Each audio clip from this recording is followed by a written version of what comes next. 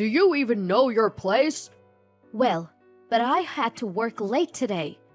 What's the point of a curfew then? Using work as an excuse? My husband yelled at me, as he usually did. The man who once rescued me from my loneliness through marriage. But years have passed, and that man is long gone. Still, I kept believing, hoping he'd someday return to the man he once was. Finally, I realized how wrong I was. Fine, have it your way. I can cut ties too, you know. I am not your slave. My name is Penelope. I'm 30 years old. I met my husband Alexander 3 years ago. I was grieving the loss of my parents at the time. Invited by a coworker, I reluctantly agreed to go to a party. That's where I met Alexander, an IT professional. He too seemed less than thrilled to be there. I didn't go out of my way to strike up a conversation, but that night, maybe because of job stress, I drank more than usual. Feeling unwell, I stepped outside for some fresh air. Wow, I definitely drank too much. As I rested outside, a voice from behind asked, You okay? I turned to see Alexander. Sorry, I just needed some air. I can take you home if you're feeling sick. Well, but... It's fine. Here, let me take your bag. I've already settled the bill. Wait, then let me give you the money for... It's fine. Can you manage a taxi? If not, we can walk. I was easily smitten back then. His kindness got to me, and before I knew it, I was in love. Days later, as thanks for the ride home, I invited him to dinner. From there, we grew closer and eventually became a couple. When I missed my deceased parents and shed tears, Alexander was always there. With his gentle smile, he'd say, Your tears won't bring them back, Penelope. I know that. If you keep crying, your parents won't be at peace. But... No matter what, I'll be by your side. You're not alone anymore, Penelope. So please, no more tears. Alexander... I'll always be here, Penelope. How comforting those words were. Since then, I stopped crying over my parents. I looked forward to sharing many more moments with Alexander. As we headed to City Hall to register our marriage, I felt certain of this. We met at a reluctant party, yet that led me to Alexander. However, I was yet to discover his true colors, the true nature of my favorite Alexander. The first hint came about 6 months into our marriage. That's when Alexander suddenly said, Hey, Penelope, could you cover a little more of the living expenses starting next month? What? Pay more? Did something happen? Well, you see, starting next month, my dad and mom asked if I could send them some money. Hold on, isn't Lucas a government worker? He has a stable income. I don't fully understand it either, but it seems they're struggling financially. So I want to chip in a little for them from our living expenses. Is that okay? When Alexander suddenly made this request, I was quite surprised. That's because his father Lucas has been working in the public sector for over 30 years. While his salary isn't exceptionally high, it's not so low that they would struggle. Are my in-laws really struggling so much that they would ask their son to contribute? Despite feeling uneasy, I couldn't flat out say no to Alexander's request. Reluctantly, I decided to pitch in an extra $500 for the living expenses next month. 2 months later, incredibly, Alexander made another shocking proposal. Hey, Penelope, could you add another $500 starting next month? Wait a minute. This time, even I had to call a timeout. That would mean I'm paying almost all our living expenses. So, is that a problem? I'm having a hard time financially because I'm sending money to my parents. I get that, but An extra $1,000 is too much. I want to save some money too. Save? You can save all you want in the future, but I can only support my parents now. Are you going to refuse that? I was struck dumb by Alexander's terrifying outburst. I had never seen the usually calm Alexander so furious before. Without showing me any mercy, Alexander fired off harsh words. Hey, are you even listening? Seriously, I've always thought this. Whenever something bothers you, Penelope, you go silent. Alexander... I married you, a woman who's not particularly outstanding. Why can't you even listen to your husband properly? No, that's not what I meant. Don't get into the details. All you need to do, Penelope, is listen to what I say. If you have time to argue, get the cleaning done instead. Alexander violently grabbed a can of beer and hurled it towards me. It hit my head hard, scattering the beer all over the floor. Pointing at the mess, Alexander yelled, "Clean that up, you slowpoke!" I couldn't say anything back, left with no choice but to do as told. From that day on, Alexander's behavior grew increasingly tyrannical.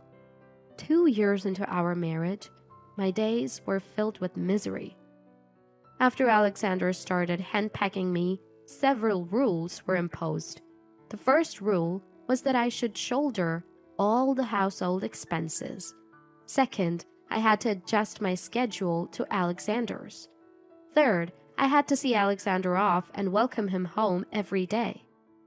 Additional rules included doing the cleaning and laundry daily, preparing meals based on caloric count, and being home by 6 p.m. regardless of how busy work was. The rules were almost suffocating. I also work full-time, so it's impossible to devote all my time to Alexander. Still, I tread carefully, not wanting to upset Alexander. Some may wonder why I don't just get a divorce. Some people may think so, but I still believed Alexander would return to the kind man he once was. Then, one fateful day, after finishing dinner, I took a shower once I confirmed that Alexander was asleep. I had been instructed to shower only after he was asleep, so this had become my routine. Upon returning to the living room, I noticed an envelope sticking out of Alexander's bag. What's this? Normally, I would never touch Alexander's personal items, but that day my curiosity got the better of me, and I found myself reaching for the envelope. The front read, "Pay stub," with Alexander's name on it. On a whim, I pulled out the pay stub and checked the amount. The figure was unbelievable. $1.4K? The pay stub showed that Alexander's take-home pay was only $1.4K. With 22 workdays in a month, this amount didn't make sense. You're kidding, right? Alexander's salary is only $1,400 a month? That can't be true. Not when he's working in IT. I've been covering all the living expenses for a year and a half because he said he was supporting his parents. But was this the real reason? The next day, I decided to talk to Alexander directly about it. So I didn't prepare dinner and waited for him to come home. As soon as Alexander got home, I got right to the point. Hey, Alexander, can we talk? What? Where's dinner? I told you to have it ready by the time I get home. I need to talk to you about something important. Something important? Is it true that you're working in IT, Alexander? What are you talking about? I saw your pay stub, Alexander. A take-home pay of $1,400 a month. Doesn't make sense for an IT job. Frustrated, Alexander let out a deep sigh. Why are you snooping around my stuff, Penelope? That's creepy. I'm sorry I snooped, but why lie? I didn't lie. You must have seen it wrong. No, I saw it clearly. Your salary is, well, $1,400. Ugh, I've had enough. I'm going out for dinner. With that, Alexander stormed out of the living room. The front door slammed shut, jolting me back to reality. What's going on? Why is he hiding his income? We're supposed to be partners in this. Something needs to be done. So I decided to call my in-laws and get to the bottom of it. Hello? Olivia, my mother-in-law, answered cheerfully. Hi, Olivia. Sorry to bother you this late. Can I ask you something? What is it, Penelope? Olivia didn't sound like she was struggling. She sounded as cheerful as always. Confused, I asked her directly. Are you and Lucas having financial issues? What? Why would you ask that all of a sudden? I was just wondering, are you thinking of sending us money? No, it's just that... Don't worry. Lucas has a good job and we're doing fine. We have plenty saved up. What about the money from Alexander? We've never received money from Alexander. He never even mentioned it, unlike you, Penelope. Alexander had supposedly been sending money to them for 1.5 years. That's why I had been covering all the living expenses. But Olivia says they've never received anything. There's no reason for her to lie. Finally, it hit me. Alexander had been lying to me all along. But why? The next day, I took an afternoon off from work and headed to the private investigation agency I had researched beforehand. I requested a background check on Alexander. 2 weeks later, when I went to pick up the results after work, the investigator looked at me with a serious expression. Penelope, I'm sorry to say that Alexander does not work for an IT company. I figured. So, where does he work? He is a janitor. Sure, he may clean for various companies, but he's definitely not an IT professional. I see. My bad feeling had turned out to be true. Alexander had lied to me about where he was employed. I sighed deeply, and the investigator made a bitter face. What's wrong? I asked, and he began to speak slowly. Well, Penelope, there's one more thing we need to talk about. One more thing? Yes. Actually, what he told me was a devastating truth that I did not want to hear. I took the envelope with the investigation results and headed home, still in shock. It was 7 p.m. When I opened the front door, Alexander was waiting with an angry look on his face. Do you even know what time it is? I'm sorry, I had to work late today. It was clear Alexander was lying. Even though I was the one at an advantage here, I found myself apologizing out of habit. Seizing the opportunity, Alexander raised his voice. Do you even know your place, Penelope? Today was overtime, so it can't be helped. What's the point of a curfew if you're gonna use work as an excuse? An excuse? That's not what I meant. What about my dinner? I'll divorce you if you neglect your duties. In that moment, a dull pain ran across my cheek. Alexander had slapped me. And that was the last thread of patience I had snapped. Deception, control, insults, and now violence. How much more will it take for him to be satisfied? I'm not his slave. You can be happy with Alexander. That's what I thought when I got married 2 years ago. I had believed, up until now, that the man who once saved me from loneliness would eventually change. But the Alexander from back then was no more. Or perhaps he was never real to begin with. None of it mattered now.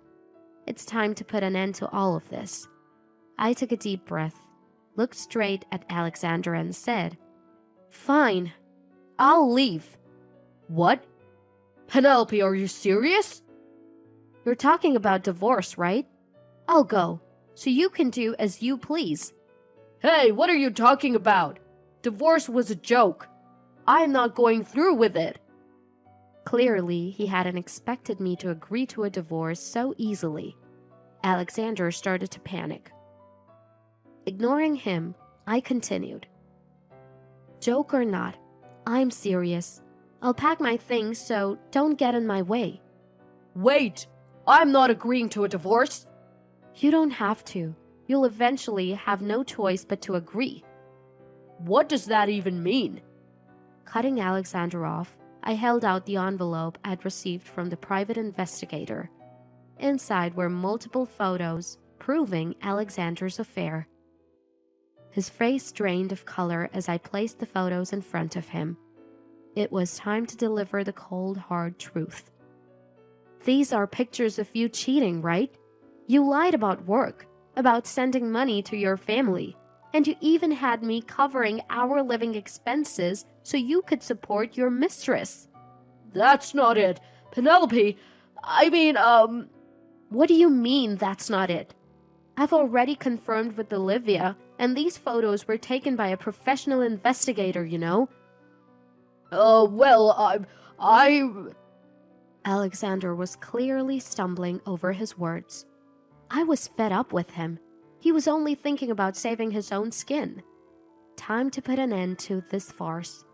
I declared loudly. Who knew you'd turn out to be such a lowlife, Alexander? I was a fool for being deceived, but what you did is unforgivable. Lying, manipulating, cheating. You're the worst of the worst. How can you even live like that? Please calm down, Penelope. I'm sorry. Sorry? You expect me to forgive you now? All this time you've acted like a hand-picked husband while manipulating me like I'm some kind of maid. I'm sorry. Can we start over? Start over? Get real. You've got nowhere to run, Alexander.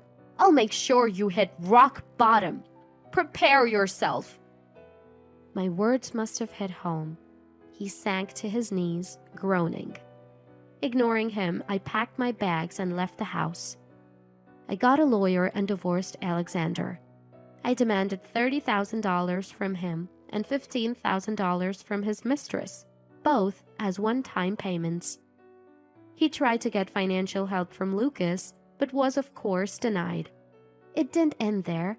He got cut off from his in-laws' house after I told them the truth. His mistress dumped him too, and now Alexander had no one left to turn to.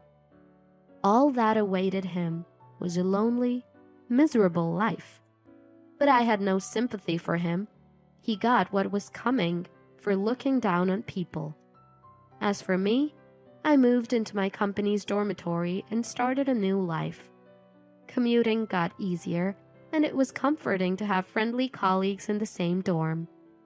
Though I now had a divorce record, I had zero regrets. What's more important is that I can live as myself. Being married isn't the only path to happiness. From now on, I'll live a life that I can be satisfied with.